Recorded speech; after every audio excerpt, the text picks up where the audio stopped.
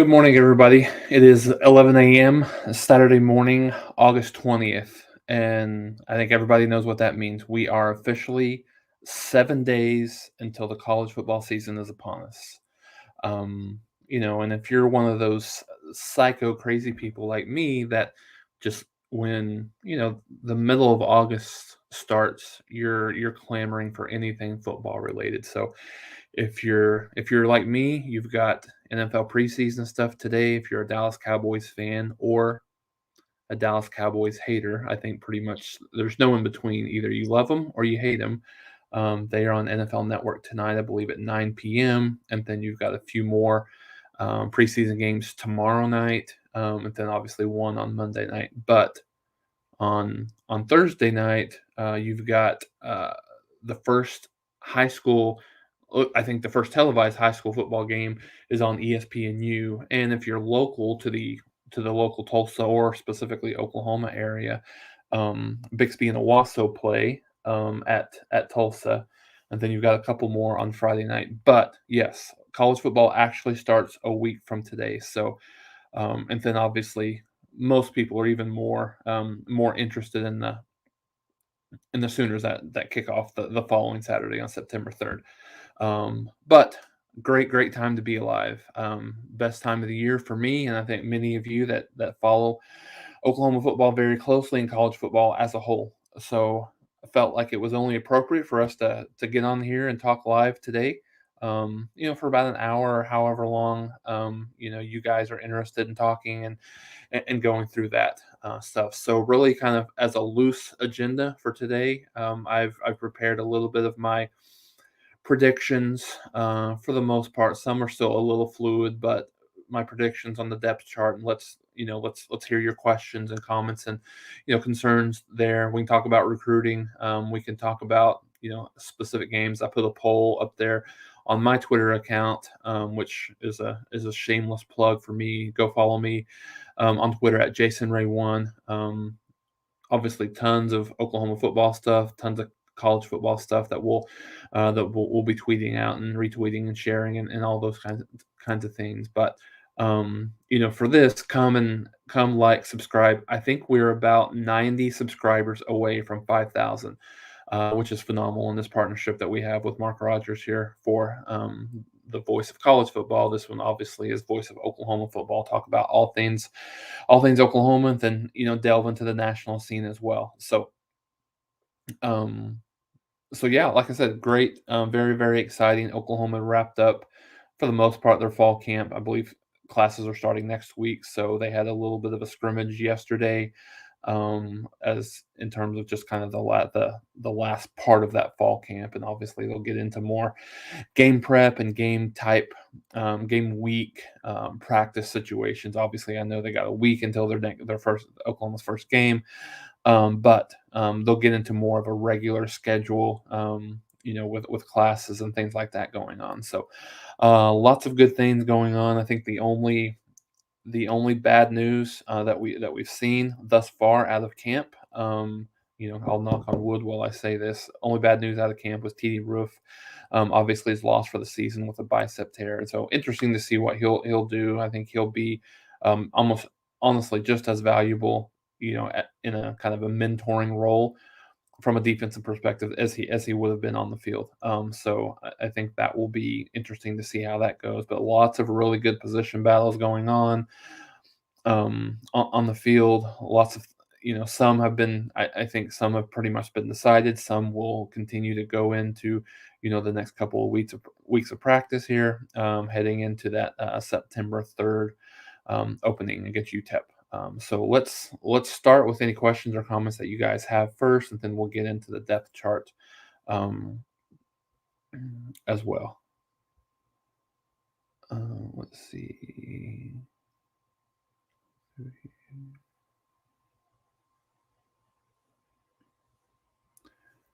No real questions here, so let's go ahead and get to the depth chart. So we'll start at the wide receiver position, and so.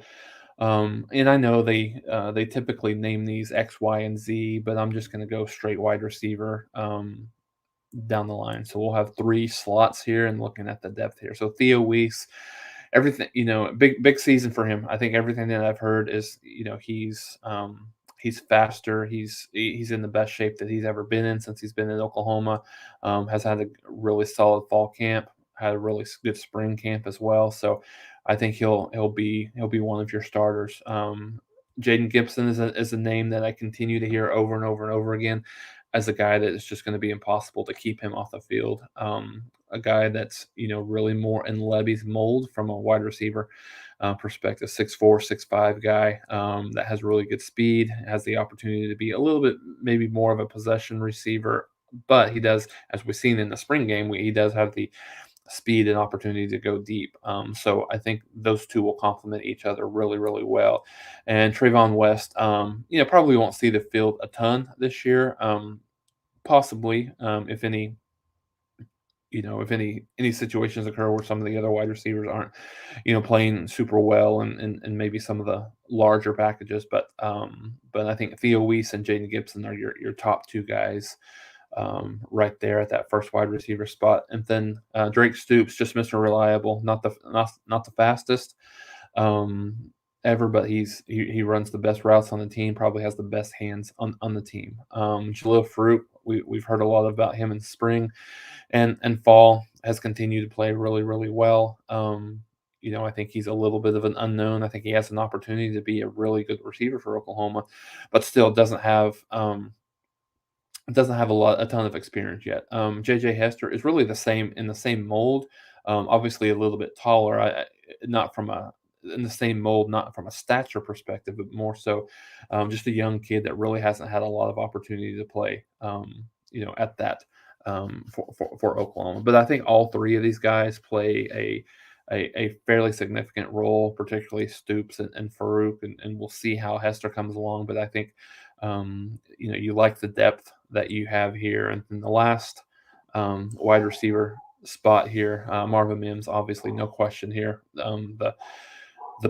Probably the best wide receiver coming back on this team. And then you got the transfer from Arizona State, Bunkley-Shelton, has played well. And I think a surprise a little bit for me and many is Nick Anderson. I think the consensus was he's probably a red shirt, not quite, maybe played as 3 or 4 games, but then red shirt. But looks like he's very much like Jayden Gibson. He's made enough plays that it's going to be hard to keep him off the field this year. So then let's kind of move on to the offensive line, which is if you guys watched our show the other day, yesterday actually, and Mark and asked me what the most important position group on this team, and I think both offense and defensive line certainly are. But I think offensively, specifically, if this team can get anywhere near the 2017, 2018 level, just in terms of how well they blocked pass protection and kind of that mean streak that you like to have from an offensive line, I think they can be, they can absolutely be one of the strengths of this team and play really well. So left tackle, I've got Anton Harrison. He's grabbed onto that position in the spring, and obviously that's translated into the summer, into the fall. A lot of everything you hear, a deeper sense of interest. I think just generally speaking, he's worked a lot harder. One of the things that was a knock on him is, he didn't always play hard. I think he's still learning, and the coaches are still after him on playing hard every single play, every single down, every single second. But he's made leaps and bounds from where he was at last year, and prototypical body that you would like to see out of a left tackle. And then Tyler Guyton's a guy that obviously came in from TCU, is a guy that Venables and Beanville not as much, but Venables has singled out quite a few times as a guy that's very, very consistent and has played well. So I think he's worked his way into the 2 deep, and we'll see if maybe that pressure on Anton Harrison, from where Guyton has the opportunity to play at a high level, then maybe that continues to push him more and more and more. And then we move over to the left guard position. McCabe Mattower, again, came in the spring from Cal, early transfer for Oklahoma this year. Just has continued to play at an exceptionally high level. Probably one of the best, obviously the best interior lineman, I think, on this team, at least right now. What he's been doing just from a technique perspective and from a strength perspective there. And then Bray Walker there at the backup. I think he has an opportunity to get a little bit more playing time than he has in the past, but I don't see a significant movement there. But he'll be I think right now he'll be the backup there at left guard. And then you move to the middle of the offensive line at the center position. Andrew Raym, I think it's still a little bit of from what I've been told, a little bit of a battle between him and Congel. But I do think that he's separated himself a little bit.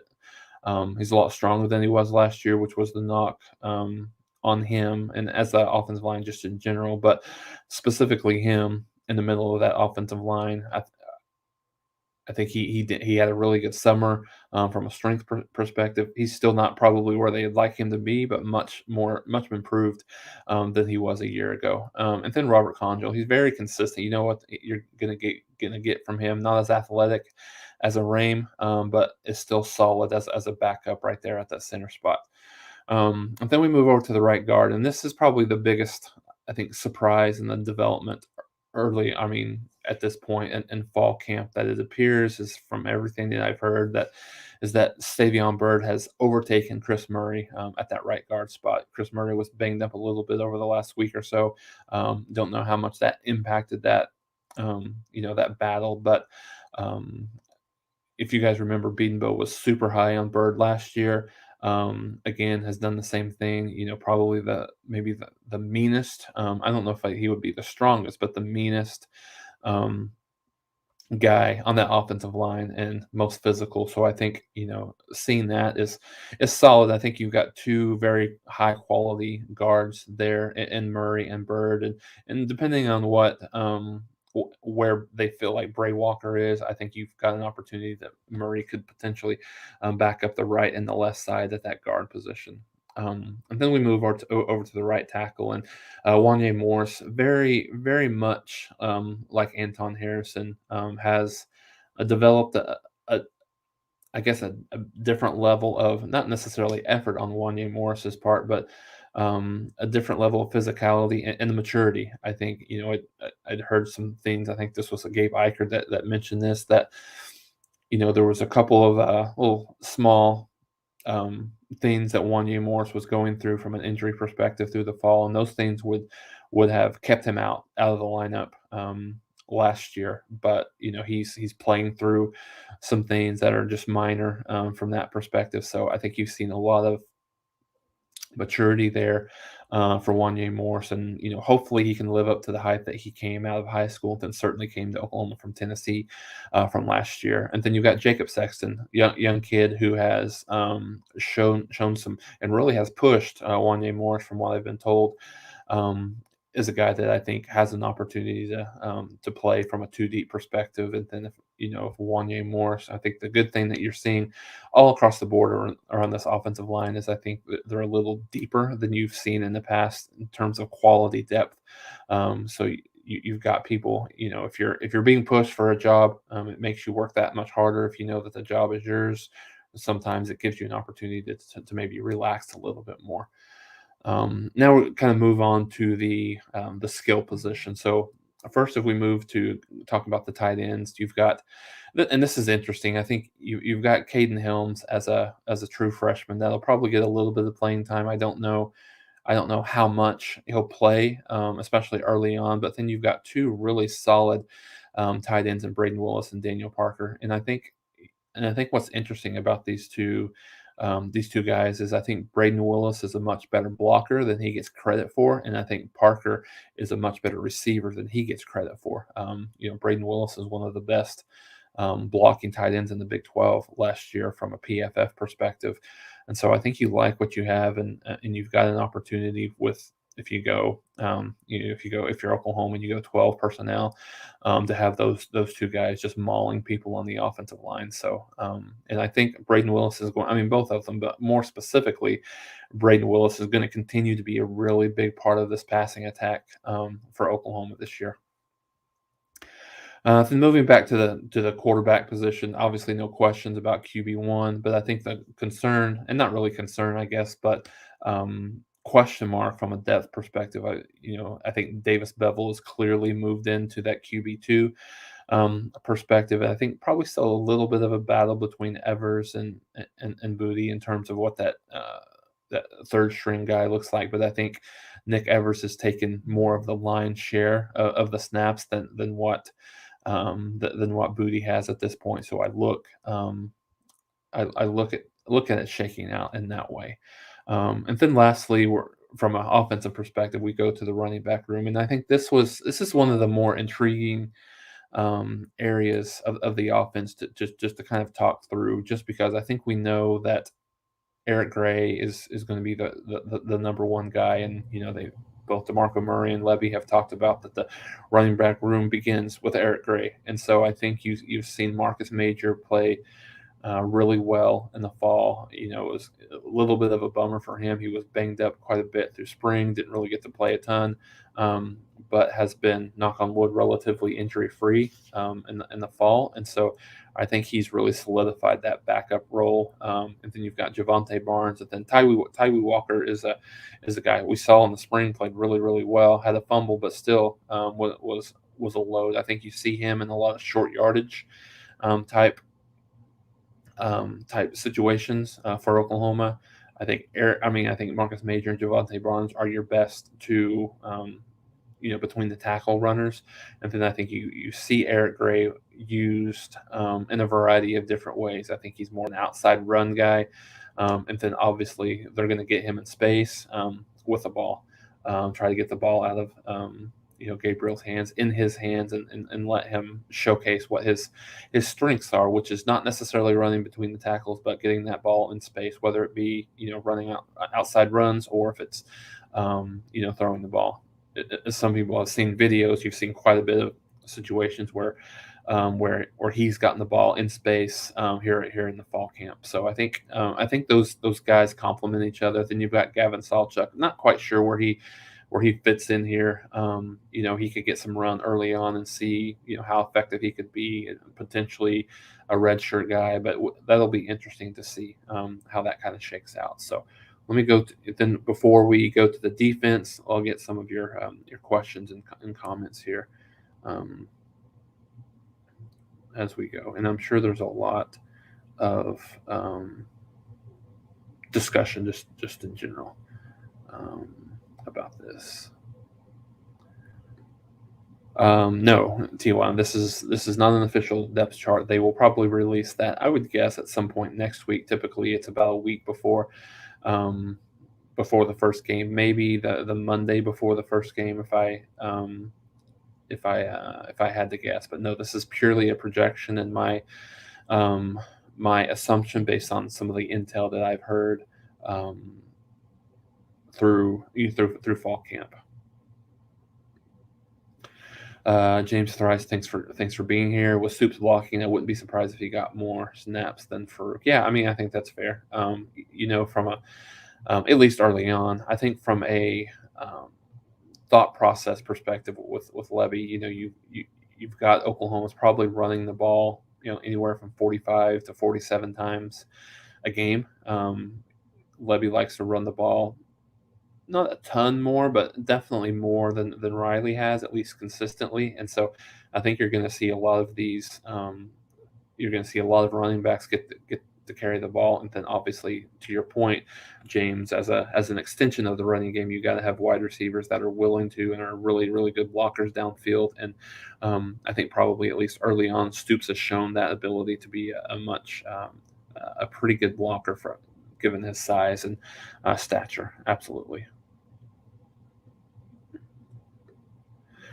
Ryan, thanks for being here, man. I'm hoping for a big year out of Wease. He has all the physical tools, just has to put it together. Yeah, absolutely. He's the last. It's kind of interesting. He's the last of the, the 5 stars that Oklahoma had a few years ago with you've got Wease and you've got Hazelwood, who's off to Arkansas, and then obviously we know the story with Trajan Bridges. So he's the last of there, and I mean he's a kid that you root for. He's gone through a lot of different things, injury last year as well, and so I think. I'm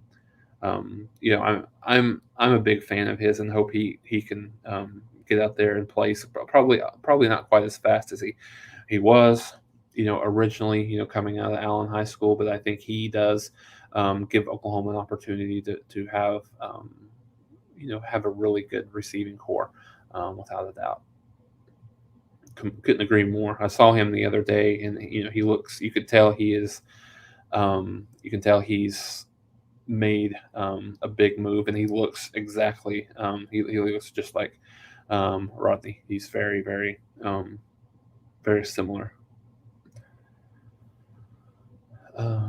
Yeah, it was lower body, and he had an ankle injury last year and never could completely recover from that. I do think so, Jimmy. I think obviously that'll still kind of be a battle into the first game of the year over the next couple of weeks. But yeah, I do think he has positioned himself right now, as I state this on Saturday, August 20th, that he will be. If the season started tomorrow, he would trot out there with the first unit as a starting guard. I believe that. I've heard that from enough people to feel pretty confident in saying that.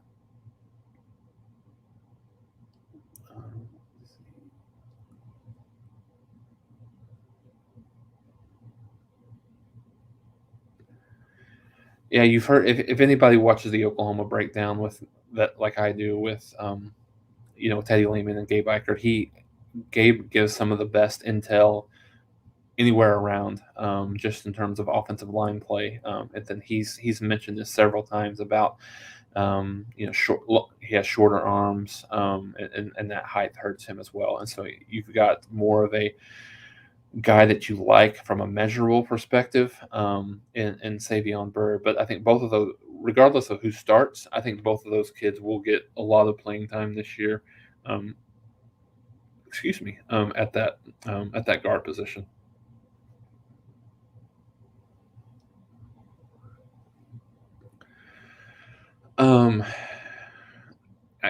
I don't know that he would transfer. I mean, at this point, with it, I mean, to your point, with it being his senior year, if he transfers now, I mean, he's behind everything. So he's got to, he'll be. I don't think he's really in any danger of losing that starting job, at least right now. But I think, but I think I don't think he would sit, or I don't think he would transfer at this point. Yeah, this has been kind of with the running back room, Ryan, something interesting over the summer and the fall and even the spring, talking about this running back room. Now, I think that you certainly, it's certainly a big 180 in where we were at this point last year, to where we are right now. Obviously, with what happened off the field, you had 2 scholarship running backs at the beginning of the year, with Kennedy Brooks and Eric Gray. And I think we heard some commentary from the team, and specifically DeMarco Murray, really kind of talking about the fact that he was just holding his breath every single practice that one of those 2 guys weren't going to go down, because they would be in a lot of trouble. And so even though that you lose a guy like Kennedy Brooks, who is probably better right now, more of a polished running back than anyone on campus, but I think as a group, you're much better than you were last year. And I think the increased production that we're going to have on the offensive line kind of will set the tone for this being a much better running back room. And I think you've got 5, 6, even 7 guys that could potentially carry the ball for Oklahoma. So it'll be interesting to see how that plays out. But you're going to see a lot of different people carrying the ball. I wouldn't be surprised on any given Saturday, any given game, where Oklahoma has at least 3 to 4 guys carrying the ball, 10+ carries each. So that'll be a very added bonus for Oklahoma coming into this year. I was just waiting until this comment came. I can't imagine how Texas could have possibly handled this whole thing even worse than they possibly did. But when you when you look at some of the insiders, especially on Twitter, were confident in that Card was going to be the number one QB1 for game one, and I think there was some public sentiment that got back to Sark, and I think he was kind of forced by whatever means you want to take away from that to name you as a starting quarterback. And again, he could be a great player for Texas. I don't know. He's extremely unproven. He's not thrown a pass in a college football game in his career. So obviously he's a 5-star, tons of talent, but I don't know. I think if I was Texas, I would be much more concerned about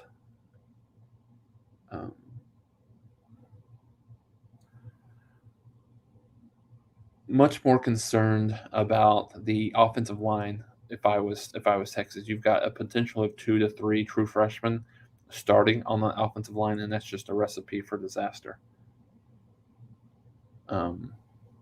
So I think we'll see how that goes. I mean, if they can survive, if they have any opportunity to survive Alabama, we'll see how that goes. But that having freshmen on the offensive line is a recipe for disaster.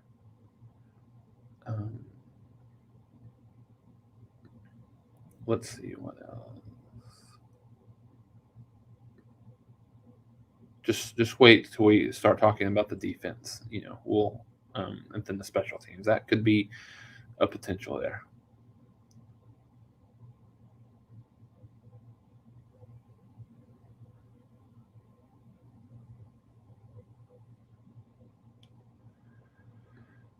Matt, so I think you missed the first part. So of this, so at your 2 tackles, I've got Anton Harrison and Wanya Morris. At your center position, I've got Andrew Raym, and a little bit of a surprise on the guard side, as we've talked through a little bit here. I've got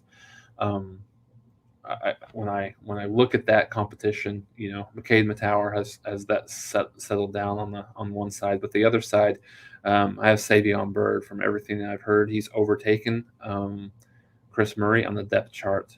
So I think that's what I see there as of right now.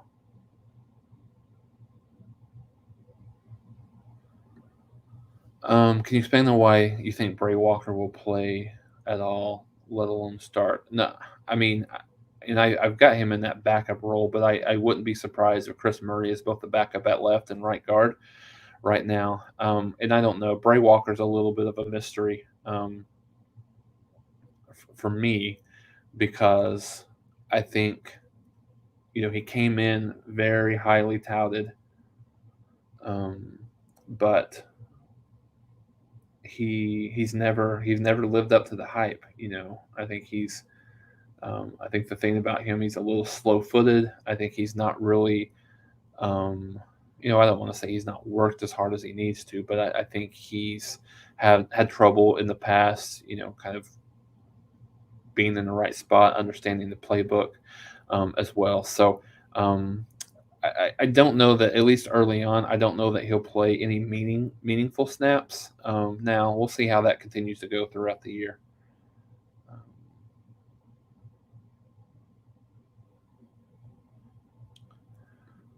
Matt Bingham, what's going on with 5 locks? Oh, you got 2. Yeah, so I think when you look at a couple of those locks, you've got Jacoby Johnson as one. I think you've got Colton Vosick as another, and I think on the 26th, so next Friday, you've got announcements from both Anthony Evans, wide receiver, and you've got announcements from Makari Vickers. Now, I think Vickers is a lock. I'm not quite sure about about Anthony Evans. I think Oklahoma's in a good spot with him. George has made a really. I've heard a couple of things early in the week last week. I've heard that this was starting to trend a little bit more George's way, but as of the last couple of days, I've heard that this is a little bit more on Oklahoma's side. So those are the two guys. I mean, I think absolutely Oklahoma gets Vickers without a doubt. I think he's made that decision quite some time ago. But Anthony Evans will be interesting. So both 4-star kids, obviously. Vickers is top 100 overall. One of the best. He's a safety now. I think Oklahoma likes him a little bit at that cornerback position. And then a couple other guys. I think Jordan Renaud is a lock. And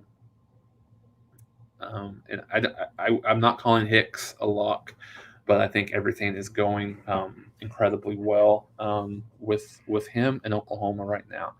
I think you guys that follow recruiting closely, Keon Keeley recently decommitted from Notre Dame, would certainly expect, I think, him to commit to Alabama. If he commits to Alabama, I think that's the kind of the nail in the coffin, so to speak, for Renaud coming to Oklahoma. Renaud is actually announcing his decision. I believe September 19th is that date, and so I like Oklahoma there. They've got a couple of other ones that aren't necessarily locks that will go into the season.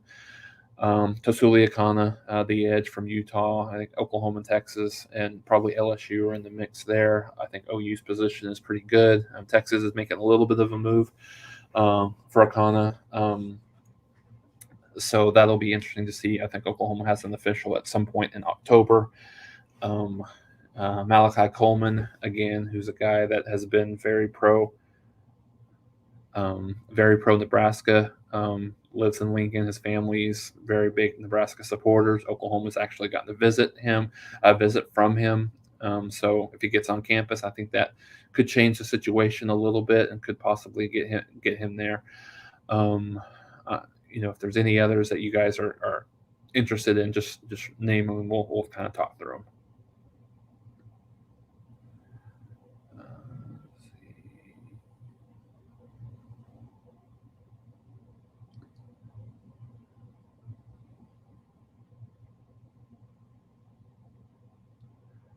Okay, now let's move over to the defensive side of the ball. And then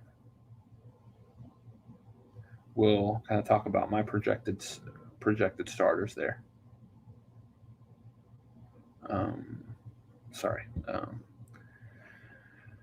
So let's go over to this spot, and then we'll talk about the defensive starters. So from a defensive end perspective, I've got Reggie Grimes and Marcus Stripling. Marcus Stripling could come in as an edge depending on what package they put in.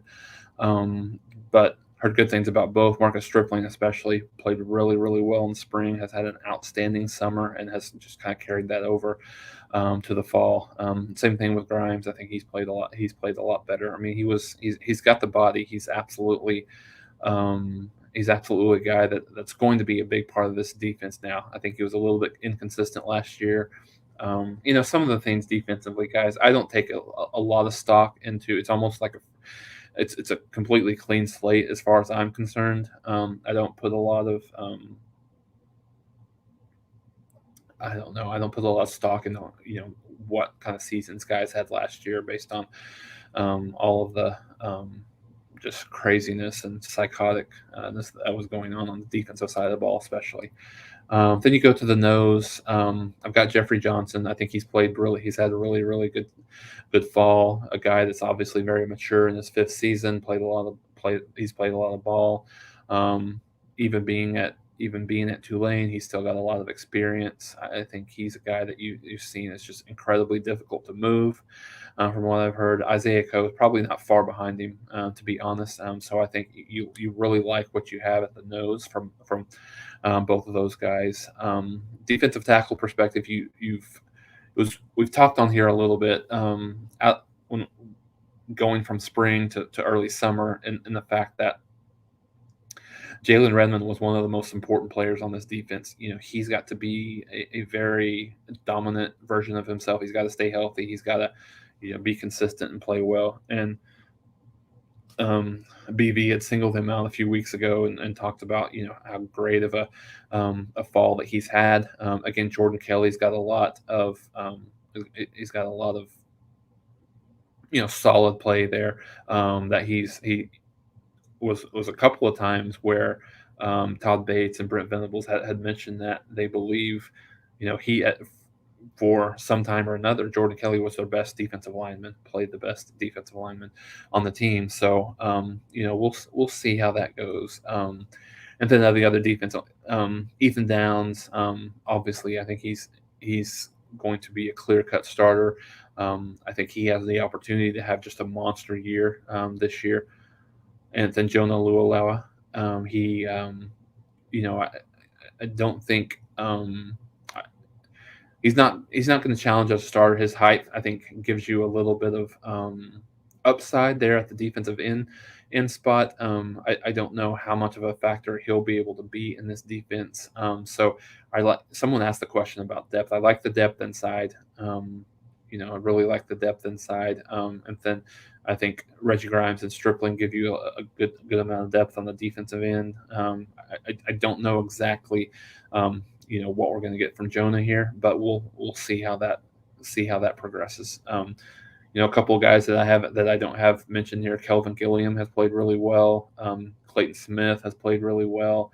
Our Mason Thomas is a guy that could be a guy that I've heard some. I kind of had forgotten about this guy, but have heard some very, very good things about him in typical pass rush situations. So you may see some situational play there where you could see our Mason Thomas in there a little bit more than Jonah, but that'll remain to be seen. So, and then you've got Josh Ellis and Corey Robertson as well. I like the depth that you have, and I think it's the consistent thing that I've heard. I don't know that they think they've got a guy that's going to be a game changer at the next level, first, second round guy, but I think they're happy with where they're at as a unit overall.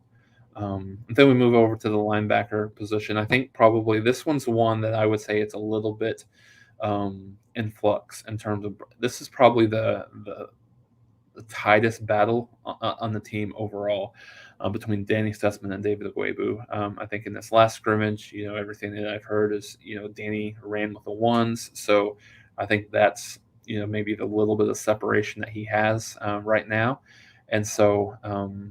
But both of those kids are going to play a ton. Agwebu has changed his body and has played really, really well for Oklahoma so far in the fall. Then we go to the will. Then you've got Shane Witter and Kip Lewis. I think here's where you like your first guys, and here's where you're a little bit concerned with depth. I think at the linebacker spot. Shane Witter has not quite always put it together, extremely quick, fast, but had a much better fall camp. But then with your backup, you got a guy like Kip Lewis. We'll see. I think the injury to TD Roof kind of threw some things for a loop just in terms of what that depth looks like. So I think they're not quite as deep as you would like there at the line at the Will and the Sam. Linebacker perspective, but I think you like your first guy there. And then at the strong side, you've got Deshaun White, who multiple year starter.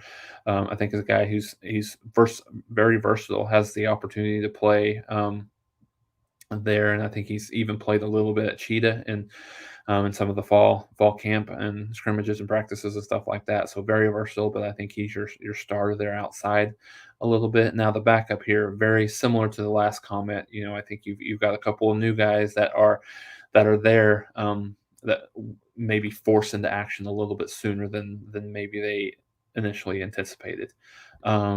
Cheetah, I think you've got Broyles fairly firmly entrenched in that position. I think he probably backs up, at maybe the nickel, or not backs up, but provides some depth there at the nickel, or maybe even one of the safety positions. He's got a little bit of versatility in terms of where he's played, but I think they like him initially there at that Cheetah spot. Cornerback perspective, I have Woody Washington at one corner. I think it's a no-brainer. He's the best cover corner that Oklahoma has. Now the other corner is a little bit interesting. I've heard a lot of good things about several people. I've heard some good things about Jayden Davis, that he's having one of the best fall camps of his career. I heard DJ Graham, Josh Eaton, and then you've got CJ Colden. You've got Kenai Walker there. So I think you've got a lot of good depth and competition there. I think right now wouldn't be surprised if it's Jayden Davis. Wouldn't be surprised if it's DJ Graham. Probably, I think those are the two guys that I think are still battling and could be, that starting cornerback. I've heard from some that Jayden Davis has taken the job, but I think right now I'm going to continue to go with Graham. I think he gives you a little bit more from an athleticism perspective than Jayden Davis does. Then we move over to the safety position. Obviously, Billy Bowman's going to be your starter there. BV singled him out the other day as maybe playing better than anyone on the defensive side of the ball right now.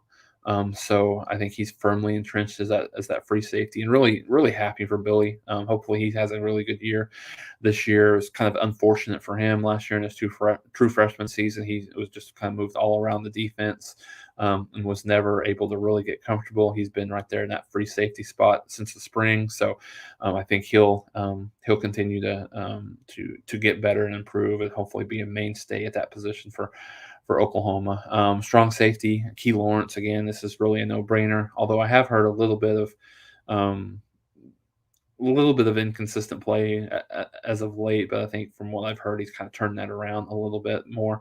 So we'll have him, and then Robert Spears-Jennings as the backup. Again, you have a little bit of concern from depth there.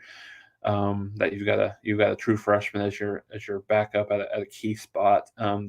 Right there. So it'll be interesting to see how that goes. I mean, I've got him there as the backup now. When it comes to that time, I wouldn't be completely surprised if you've got a Justin Broyles that may slide into that position if need be, or you've got some other options. You've got which I've got, just a tremendous story. Justin Harrington as your nickel back with Trey Morrison, the transfer from North Carolina, backing him up. I like Harrington a lot in everything that he's done.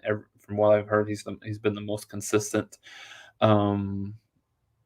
Most consistent guy at that nickel, and has really been able to play multiple positions in the back half of that defense. So I think Valai and Brandon Hall and Venables as a whole has a lot of versatility there in the back end to see exactly how that will shake out. And then you go a little bit to the specialist, and obviously, other than Dillon Gabriel, I think this was the punter situation that's probably got less competition than anyone with. And Josh Plastner is going to be a great punter for Oklahoma next year. But Michael Turk is next level. He's got a body that does not look like a punter or a kicker. So I think he's a guy that's firmly entrenched and one of, if not the best punters in the country. Then you go to the kicker position, and admittedly, I've got very little intel here. Zach Schmidt is just a little bit more experienced than Gavin Marshall coming in, so I don't. I know that they have a lot. Both of those kids have a lot to live up to. With Gabe Burkich leaving, but I think right now I would give a slight lean to Zach Schmidt. And then you go to the returners. From a punt return perspective, I think you've got Marvin Mims back there, and then he'll be backed up by Drake Stoops. If there's any issues with having Marvin there. And then kick returners, I think you've got Eric Gray and Billy Bowman as your two guys, but then you've got Marcus Major and I've got Gavin Salchuk there as could be a guy that plays a little bit more in the return game for Oklahoma. So let's move on here for some of the questions. Sorry, I have scroll down a little bit here. Let me get back here. My apologies, guys. Let's see. Got a prediction on Bama, Texas. That's nice. Probably one of the only times I would ever kind of root for Bama.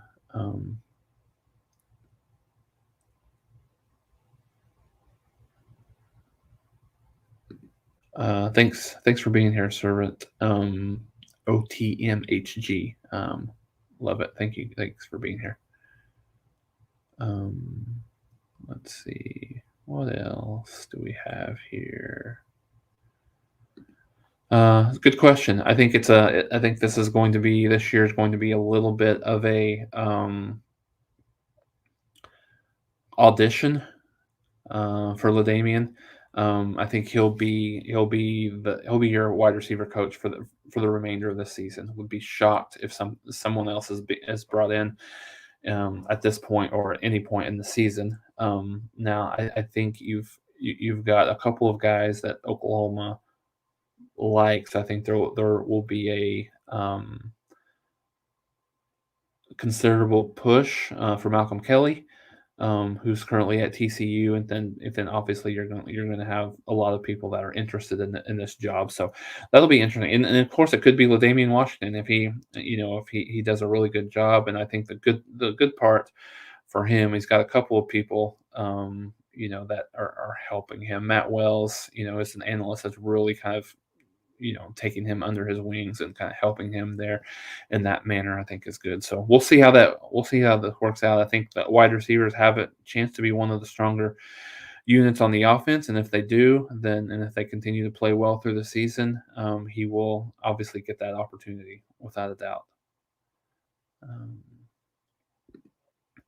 Yeah, I've heard Kobe McKenzie's doing a lot better here in the fall. I think it was a little bit everything was moving super super fast for him, early on in the spring, Robert. But I think he's done a good job with his strength, done a good job, starting to learn the playbook a little bit more, and so we'll see how if he gets much run this year, may be forced into a little bit more of a role than they had initially had intended for him to have, and so we'll see how that goes. Let's see.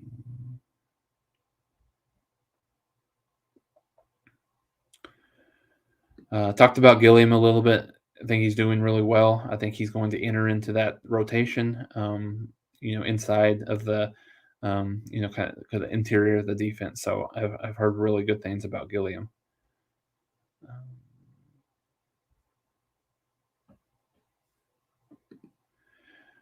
I think this team has probably, I would say, top 20 to top 30. I think top 20 is probably on the high end. Probably, I would say 35 to 40 on the low end, based on the scheme, based on the talent, based on the coaching and the teaching that these kids are getting. That's my assumption and question, or in prediction for this team.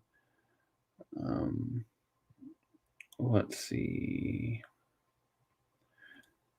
Yeah, that ship has sailed, guys. Dennis Simmons he's a Riley guy. He's not going to leave him unless he got a head coaching job. I very seriously doubt he would come back to Oklahoma at this point.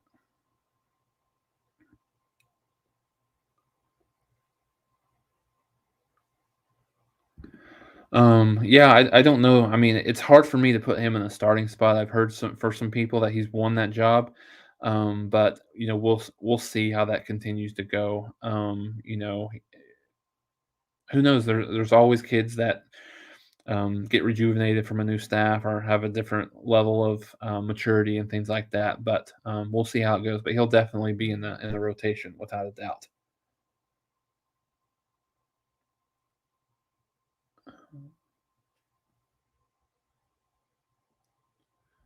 Yeah, I think Woody is very clearly your best defensive back for Oklahoma right now. I mean, it'll be interesting to see how he continues to to play. Can he stay? Hopefully, he can stay healthy. But I think he'll be really good for Oklahoma this year.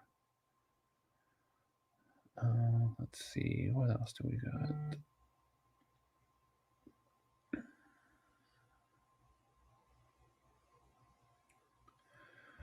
All right, so here's what I'll say about the tailgating thing. Um, like for me, I've never really, even when I used to have season tickets for years, I haven't had season tickets in a while.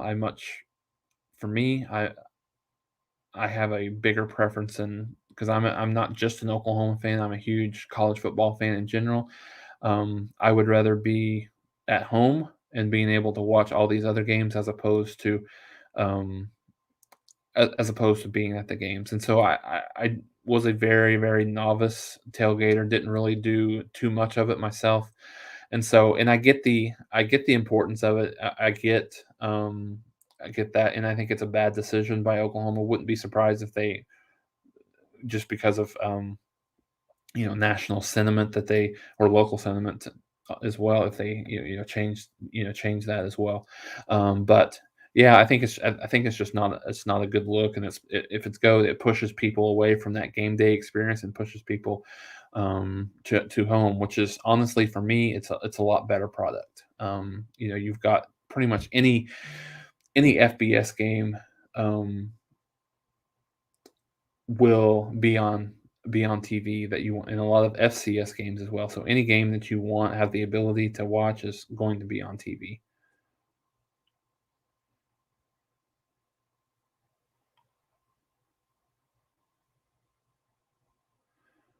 Um, let's see.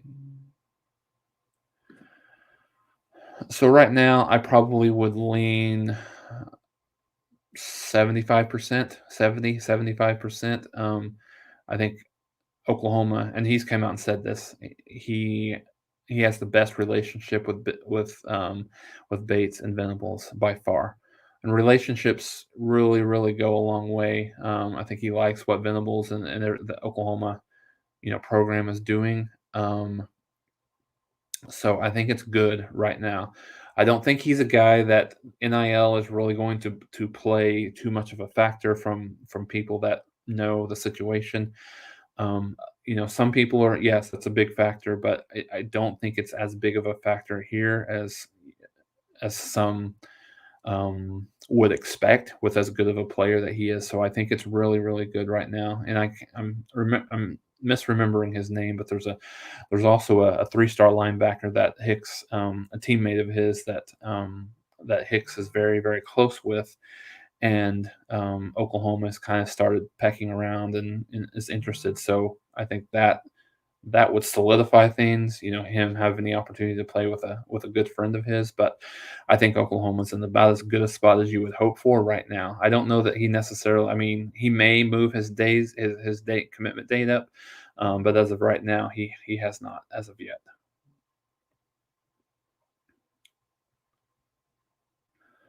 Um, let's see. All right, we're approaching the hour mark, and so I think we'll go ahead and end this. So I thank you guys for being here today, talking a little bit about the depth chart and recruiting and things like that. If you haven't, go vote in our poll. We'll talk about this with Mark next week, just in terms of what the schedule looks like in Oklahoma's toughest game. I think Baylor is probably the overwhelming favorite, but um, it's on our communication tab, so go check that poll out. For this week, and then next week we'll talk about we'll preview UTEP a little bit more, and then we'll actually talk about a little bit of the schedule, stuff like that, and where Oklahoma has the biggest challenge and things like that. So join us. Thank you guys for being here. Hit the like, subscribe, helps the algorithm, helps get more Sooner fans on here. Like I said, would love to get to 5,000 subscribers if we could by the first game. I think we've got a really good opportunity to do that. Like I think we're like 900 away, or something like that. So maybe, I'm sorry, 90 away. So let's share, let's like, let's do all those things, and let's get there. And as we did last year, we'll do post game. Some games we'll do pre game, kind of depending on where we're at. But we'll try to do post game every single week. So join in on that. We'll probably do something live next Saturday as we start, as we start with these week 0 games, very interesting games. I mean, there's not, if you're anything like me, you don't really even care who plays. It's college football on. I know there's not any super big tier in terms of ranked teams playing, but you got Nebraska and Northwestern. That's really interesting to watch, what they're going to be like. You've got North Texas and UTEP. You get a little bit of an early scouting report on what UTEP is going to look like, and then just, games throughout the day. So very exciting, best time of the year. Thank you guys for being a part of this. Couldn't do it without you guys, and I love interacting with you guys every week or however often that we do. So you guys have a wonderful and blessed weekend. Boomer Sooner. God bless.